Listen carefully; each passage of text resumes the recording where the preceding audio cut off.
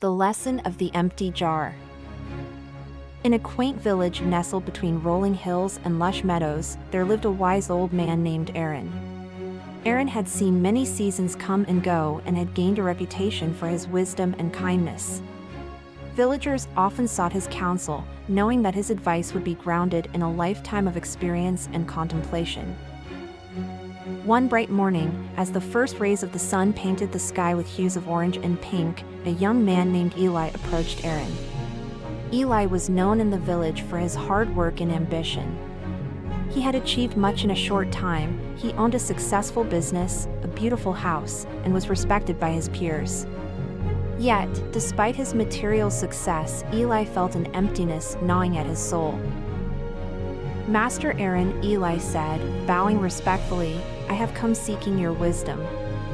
I have worked tirelessly and achieved many of my goals, yet I feel as though something is missing.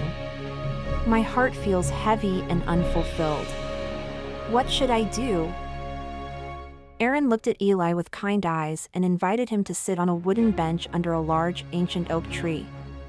He listened patiently as Eli poured out his troubles, nodding thoughtfully.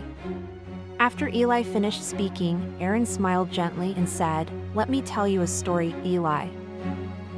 Aaron reached into his pocket and pulled out a small, empty jar, placing it on the table between them. Once, there was a traveler who journeyed across many lands in search of the secret to a fulfilling life, Aaron began.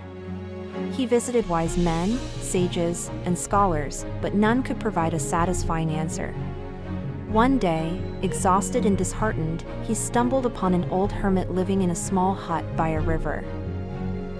The traveler, driven by desperation, asked the hermit, "What is the secret to a fulfilling life?" The hermit did not respond immediately. Instead, he handed the traveler an empty jar and asked him to fill it with stones from the riverbank. The traveler, eager to find an answer, quickly filled the jar to the brim with large stones and presented it to the hermit. "Is the jar full?" the hermit asked. The traveler, seeing no more space for additional stones, confidently nodded. The hermit then took a handful of pebbles from the ground and poured them into the jar, shaking it gently so they settled between the larger stones. "Is the jar full now?" he asked. The traveler, slightly puzzled, nodded again. Next, the hermit scooped up a handful of sand and poured it into the jar. The fine grains of sand trickled down, filling the spaces between the pebbles and stones. "Is the jar full now?" the hermit asked once more. The traveler, now unsure but reluctant to appear foolish, hesitated but eventually nodded. Finally, the hermit took a pitcher of water and poured it into the jar until it was filled to the top. He looked at the traveler and said, "This jar represents your life. The large stones are the important things, your family, health, and passions. The pebbles are the other things that matter, like your job, house, and car. The sand represents the small stuff, and the water fills in the remaining gaps. If you put the sand or pebbles in first, there won't be room for the large stones. The same goes for life. If you spend all your time and energy on the small stuff, you will never have room for the things that are truly important. Focus on the big stones first.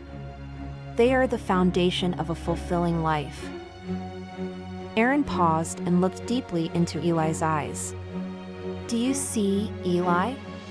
You have been filling your jar with sand and pebbles, leaving no room for the big stones.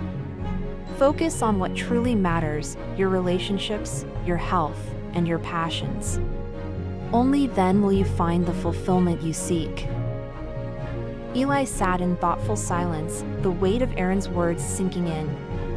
He realized that he had been so focused on achieving success and accumulating wealth that he had neglected the most important aspects of his life.